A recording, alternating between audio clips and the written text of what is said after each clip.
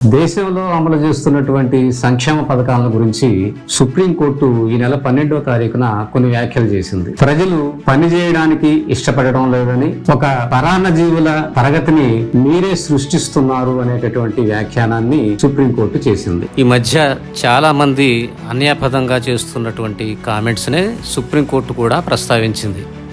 కానీ ఉచితాలు కానీ సంక్షేమ పథకాలు కానీ ఇవేవి ప్రజలు కోరలేదు. రాజకీయ పార్టీలే తాము అధికారంలోకి రావడం కోసం పోటీపడి మరీ ఈ ఉచితాలను ప్రకటించడం చూస్తున్నాం. నిజానికి స్వాతంత్రం సిద్ధించే నాటికే నాయకులకు, రాజ్యాంగ నిర్మాతలకి ఒక అవగాహన ఉంది.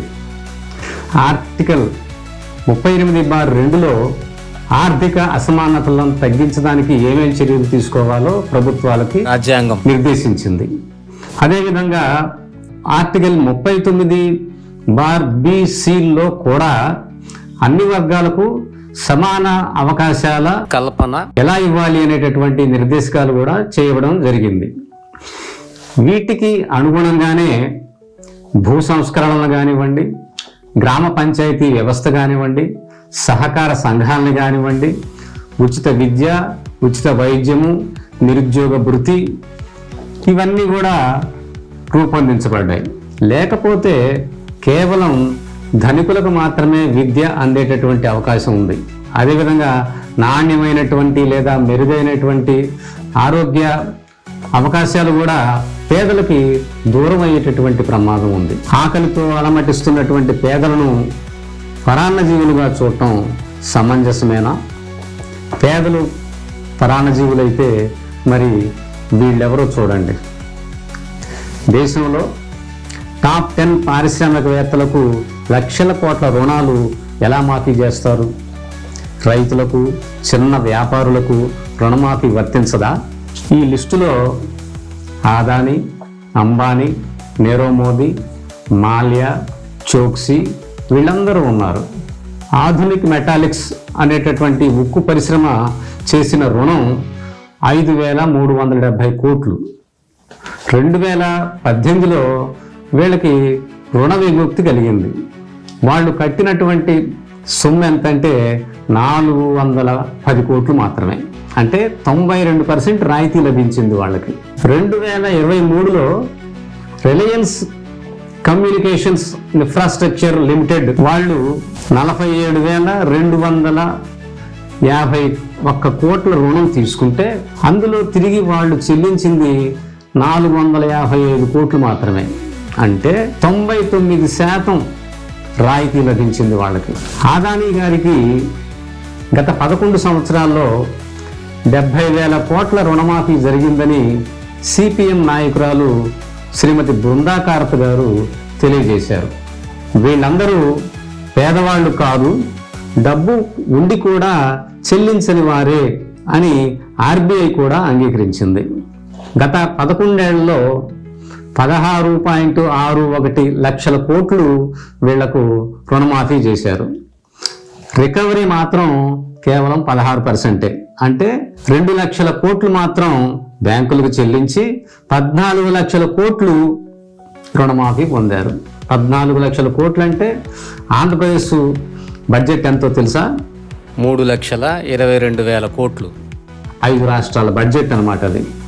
ఈ రకంగా పారిశ్రామిక వర్గాలు, రాజకీయవేత్తల్ని, అధికార వర్గాలను తమ విధేయులుగా మార్చుకుని పేదల ఆశలకు గండి కొట్టారు. స్వాతంత్ర ఫలాల కోసం ఎదురు చూస్తున్నటువంటి పేద మహిళలు, వృద్ధులు, మత్స్యకారులు, ఆటో డ్రైవర్లు వీళ్ళందరూ సోమరిపోతులా? వీళ్ళందరూ పరాన్నజీవుల? గత 5 సంవత్సరాల కాలంలో మన ఆంధ్రప్రదేశ్ రాష్ట్ర ప్రభుత్వం ప్రవేశపెట్టి అమలు చేసినటువంటి కొన్ని సంక్షేమ పథకాల గురించి చూద్దాం. వైఎస్ఆర్ చేయూత, ఇందులో భాగంగా 45 సంవత్సరాలు నిండినటువంటి ఎస్సీ, ఎస్టీ, బీసీ, మైనారిటీ మహిళలకు సంవత్సరానికి 18,750 రూపాయలు ఇచ్చారు.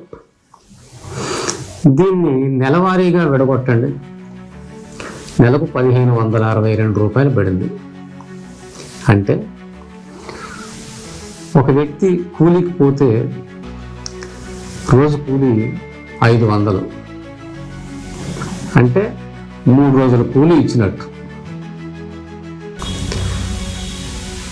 ఇంకో పథకం చూడండి, వాహన మిత్ర.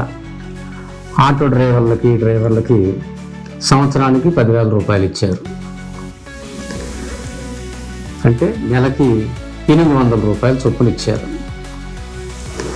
800 రూపాయలు అంటే 2 రోజుల కూలీ కూడా లేదు. కూలీ ఇచ్చారని అనుకున్నాం. మరి మిగతా 28 రోజుల సంగతి ఏంటి? ఆ 28 రోజులు వాళ్ళు కష్టపడి చెమటోడ్చి వాళ్ళ కుటుంబాన్ని పోషించుకోవడం లేదా? ఇంకో పథకం అమ్మఒడి. ప్రస్తుత ప్రభుత్వం దానికి తల్లికి వందనం అని పేరు పెట్టింది. బడికి వెళ్ళే ప్రతి పిల్లవాడికి 15,000 రూపాయల చొప్పున ఇస్తామని వాగ్దానం చేశారు. పిల్లవాడు పనికి వెళ్లకుండా బడికి రావడం కోసం వాడికి ప్రోత్సాహకంగా ఆ 15,000 రూపాయలు ఇవ్వడం జరుగుతూ ఉంది. సోమరిపోతులు అనిపించుకోవడం ఈ లబ్ధిదారులకు కూడా ఇష్టం లేదు. ఒక పని చేస్తే ఎలా ఉంటుందో ఆలోచించండి. ఎవరైతే ఉచితాల లబ్ధిదారులు ఉన్నారో వాళ్ళని సామాజిక సేవా కార్యక్రమాల్లో ఉపయోగించుకుంటే ఎలా ఉంటుంది?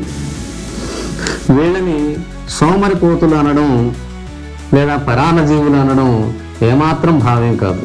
ఎందుకంటే వారి సంపాదనలో 100% 2వ రోజుకో 3వ రోజుకో మార్కెట్లోకి వెళ్ళిపోతుంది. వాళ్ళకి రియల్ ఎస్టేట్ తెలియదు, చీటీ పాటలు తెలియదు, షేర్ మార్కెట్ తెలియదు. వాళ్ళకి 2 తెలుసు, 1 సంపాదించడం, 2 ఖర్చు పెట్టడం. ఆక్స్ఫామ్ నివేదిక ప్రకారం దేశ సంపదలో 60% 5% జనాభా దగ్గరే ఉంది. 2023లో జిఎస్టి ఆదాయం భారతదేశ వ్యాప్తంగా 14.83 లక్షల కోట్లు వస్తే ఇందులో టాప్ 10 ధనవంతుల నుంచి వచ్చింది 3%, అంటే 50,000 కోట్లు మాత్రమే. దిగువ 50% ప్రజల నుంచి వచ్చిందేమో 64%, అంటే వాళ్ళు 9.5 లక్షల కోట్లు ఇచ్చారు. ఇప్పుడు చెప్పండి, ఎవరు సోమరిపోతులు, ఎవరు ఆర్థిక చక్రాన్ని నడిపిస్తూ ఉన్నారు?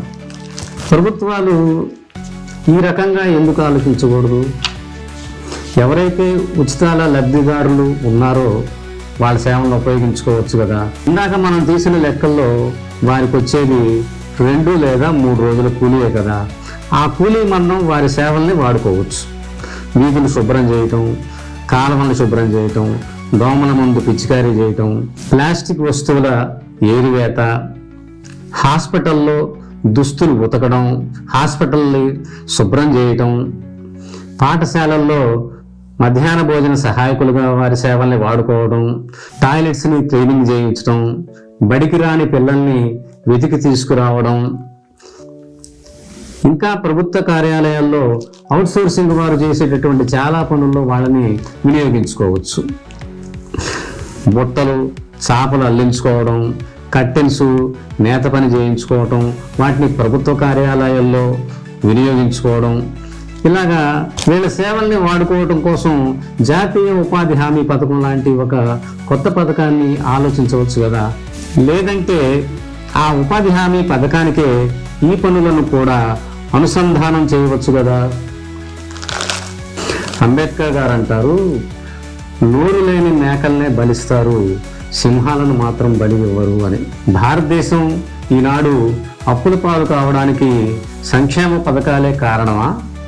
ఉచితాలు పొందేటటువంటి ఈ పేదలే కారకులా? అంటే ఈ నింద కూడా నోరు లేని పేదలే మొయ్యాలా? ఆలోచించండి.